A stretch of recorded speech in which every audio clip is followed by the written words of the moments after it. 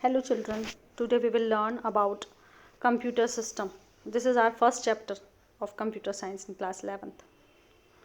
Okay, first of all we will get some introduction of computer system. As all of you know very well that computer is an electronic device which works on IPO, input process output cycle. Input, then processing, and then output is being given. Okay. So for this functioning, computer has some functional units, that is CPU, ALU, CU, right? CPU has CU and ALU and primary memory, that in with the help of input device, output device and secondary storage, computer is able to function on whole, that it gets input, then processes it and then gives us output. So what is CPU? CPU is an electronic circuitry of a computer, that is called brain of the computer, and it has microchips which are made by integrated circuits, that has semiconductors, right? You will study these semiconductors in physics in class 11th or 11th itself, or in class 12th also, right? CPU has ALU and CU, arithmetic logic unit, which performs arithmetical and logical functions, and control unit, which controls all the functioning of the computer, right? Then we will study about input devices. What are input devices? The devices which are used to give input to the computer, like this: keyboard, mouse, scanner, touch screen, etc. Okay. So when an input is given by an input device, that is changed into binary or into digital format, and then computer processes on it, CPU processes, and then it is converted to output. Again we get output by output devices. The output device gives us output, but it converts digital information into human understandable form. Otherwise we won't be able to understand it, because computer works on binary data, right? Binary devices are, output devices are display, monitor, speaker, printer, 3D printer.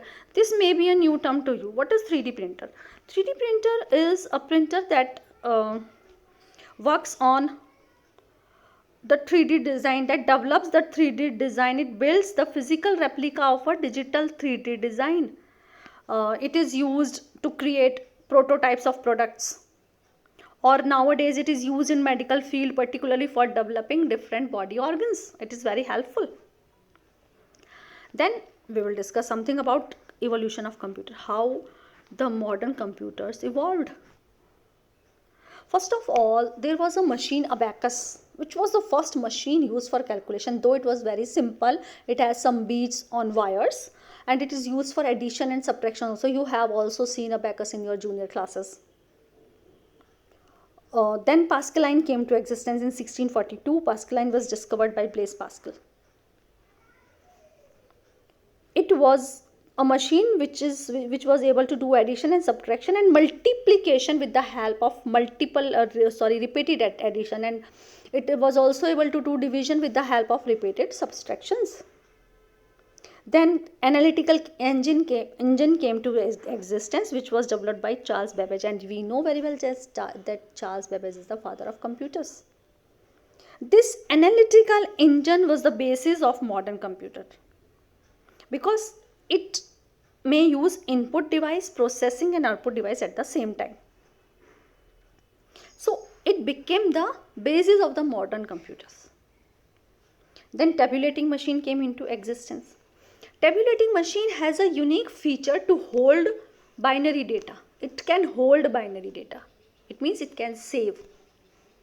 That's why programming became possible. It can save binary data, and the device which is used to save that binary data is called punch card.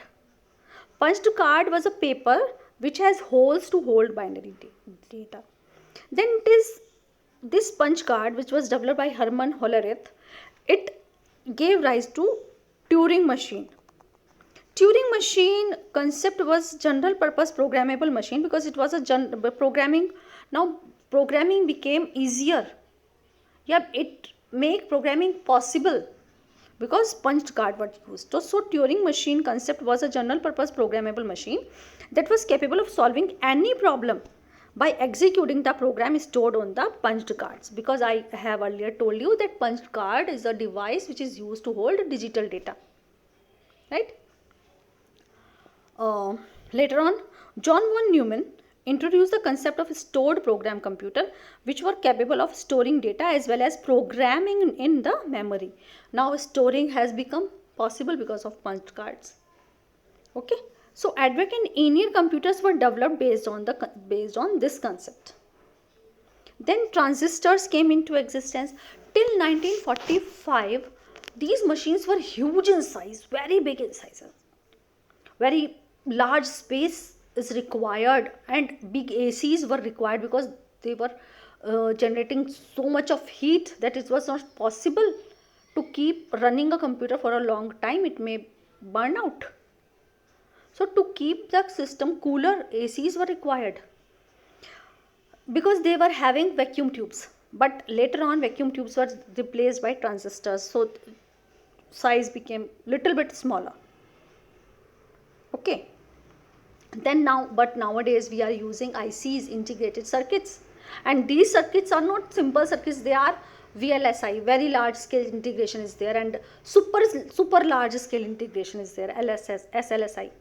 Super large means 106 components, about, not exact data, about 106 components are integrated onto a single circuit, single chip, and because of this feature, because of this IC, sizes of computers are decreasing day by day and their efficiency is increasing, right? So because of these ICs, PCs are possible. First personal computer was developed in 1981 by IBM. Then in 1984, Apple developed Macintosh and it develops its own PC. And then popularity of PCs became PCs became very much popular because of GUI, graphical user interface, like Windows, which we are using nowadays. Then later on, you all know very well, there are now smartphones, tablets, digital assistants are there, and with the help of advancements of technology, now we have come to smart appliances like IoTs because of AIs, artificial intelligence. Okay. Now we will discuss something about computer memory. We know the functional unit of computer memory is bit. Collection of 8 bits is called a byte, B-Y-T-E. And collection of 4 bits means half byte is called a nibble, N-I-B-B-L-E.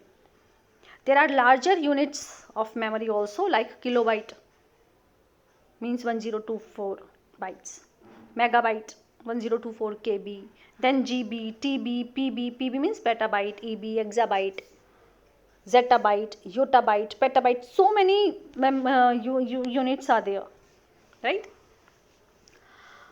Now types of memory. There are different types of memory, primary and secondary, main 2 types. Primary memory means this is the essential component of computer system. The CPU interacts directly with the primary memory to perform read or write operation. Means computer reads data from primary memory and it writes data to the primary memory. Means the input device gives the input and that goes to primary memory. Then computer processes and it writes all the processed data to primary memory again, and that is taken by output devices, right? In this way it works. Primary memory is of 2 types again, RAM, ROM. RAM is random access memory. This is volatile and temporary memory, because as soon as computer is on, data is there in this memory, but when we turn off the power supply, all the data from the RAM is wiped out. Okay. It is faster than secondary memory. All the data which is being worked upon by the computer, that is stored in RAM. ROM is non-volatile,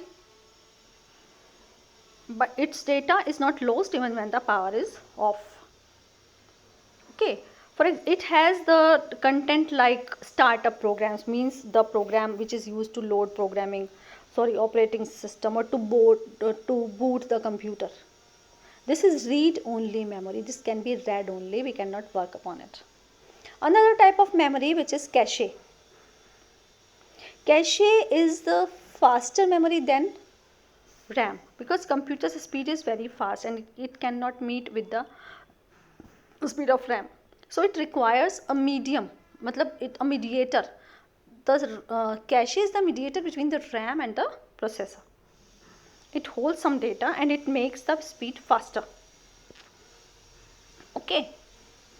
Again, next there is secondary memory because we need some memory to store the data permanently. RAM cannot do it. So secondary memory is required which can store data permanently, means it's permanent memory, it's non-volatile memory. Like hard disk, pen drive, CD, DVD, Blu-ray, these all the devices are secondary memory. They hold the data permanently. Okay. Then how does the data is transferred between memory and CPU? How does it work? Actually, as we people do for transportation, we need to some transport devices, buses, cars, scooters, bikes, aeroplanes are there. In the same way, computer also use some buses, system buses there, and there are three types of buses mainly: data bus, address bus, control bus. Data bus carries the data. Address bus is used to find out the data from the particular location or put the data to the particular location. And control bus controls the processes of data transfer. So three types of buses are there. A system bus is there which has three components: data bus, address bus and control bus. In this way computer works, or CPU works, or CPU transfer data between memories, transportation of data from memory to CPU and CPU to memory with the help of these buses. Now we will talk something about microprocessor. What are microprocessor?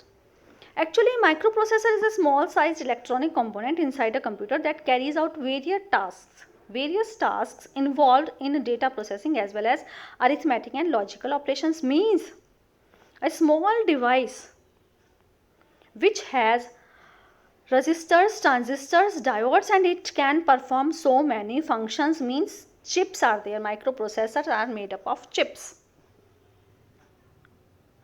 Not those chips which you people eat. These are the chips of circuits.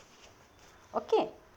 So microprocessors make possible the reduced size of computers, and the efficiency is increasing day by day because of these microprocessors, because they have very large scale integrations. Microprocessor, actually there are following features of microprocessor, like word size. Word size means not size of word, how large you are writing. No. Word size means the limit of a computer on which it can work upon, like it can work upon 16 bits at a time or 64 bits at a time. Memory size means size of RAM. Earlier RAM was very small in size, for 4 MB size were there. Now we have the RAM in GBs also, or in exabytes also. Third is clock speed. Clock speed means the pulses which are generated by the computer after a regular interval, that is called clock speed. Clock speed indicates the speed at which the computer can execute instructions. Earlier it was in hertz, but now it is in gigahertz. Means billion of pulses per second. A billion of pulses per second means speed at which the computer can execute instructions, means billions of instructions can be executed per second. Next, cores. You people have been heard about dual core, octa core, quad core. And a processor means core means the computation units. More is the number of computation unit, then more will be the tasking done by computer at a time. Multitasking is possible because of these cores. Different number of cores make possible different tasks to be done at a time. Okay, so this is all about today. In our next lecture, we will learn something more about basic system of computers, right? Till then,